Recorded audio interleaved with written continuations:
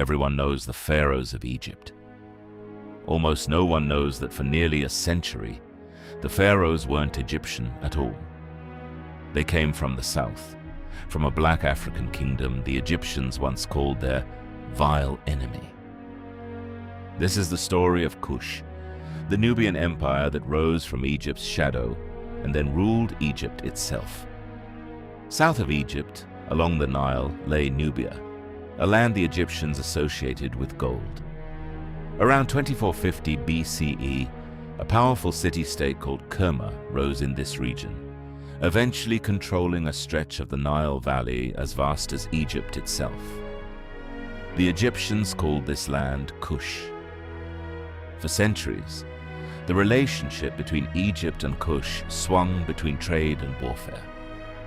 Egyptian records describe Kushite kings as enemies, but also as essential trading partners for gold, ebony, incense, and ivory. Kush wasn't a footnote to Egypt's story. It was a rival power right on Egypt's doorstep. By 1550 BCE, Egypt's new kingdom pharaohs moved to crush that rivalry for good. Egyptian forces annexed Kerma and placed all of Nubia under the control of an Egyptian official called the Viceroy of Kush. For centuries, Nubia was absorbed into Egypt's empire. Its people recruited into Egyptian armies, its temples built in Egyptian style, its elites adopting Egyptian gods like Amun.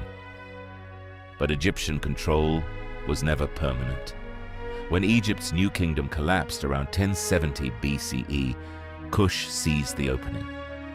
A new, independent Kushite kingdom rose from the city of Napata, and this time, Kush wasn't going to stay in Egypt's shadow.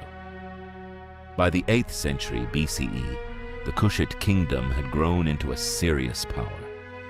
Its king, Piye, marched north from Napata and did something no southern neighbor had ever done.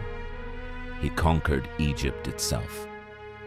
Piye installed his own sister as high priestess of Amun in Thebes, cementing Kushite religious and political authority over Upper Egypt. This began Egypt's 25th dynasty, a line of pharaohs who were Kushite by birth. They didn't erase Egyptian culture. They restored it, rebuilding temples that had fallen into neglect and reviving traditions that had faded. For nearly 100 years, the rulers of Egypt came from Nubia. That dynasty ended in 671 BCE, when the Assyrian Empire invaded Egypt from the north. By 654 BCE, Kushite rule over Egypt was over. But Kush itself didn't fall. It simply went home. Kush's kings retreated south and eventually built a new capital at Meroe. There, far from Egyptian rivals, Kush thrived in near isolation, developing its own script, its own gods, and mastering iron and gold work. The Meroites built over 200 pyramids at their royal necropolis, more pyramids than exist anywhere in Egypt. Kush endured for centuries after Egypt's own power faded, surviving into the 4th century CE. Today, those slender pyramids still rise from the Sudanese desert. A kingdom that ruled Egypt was ruled by Egypt, and in the end, outlasted the rivalry that defined it for over 1,000 years. This is Ancestral Echoes.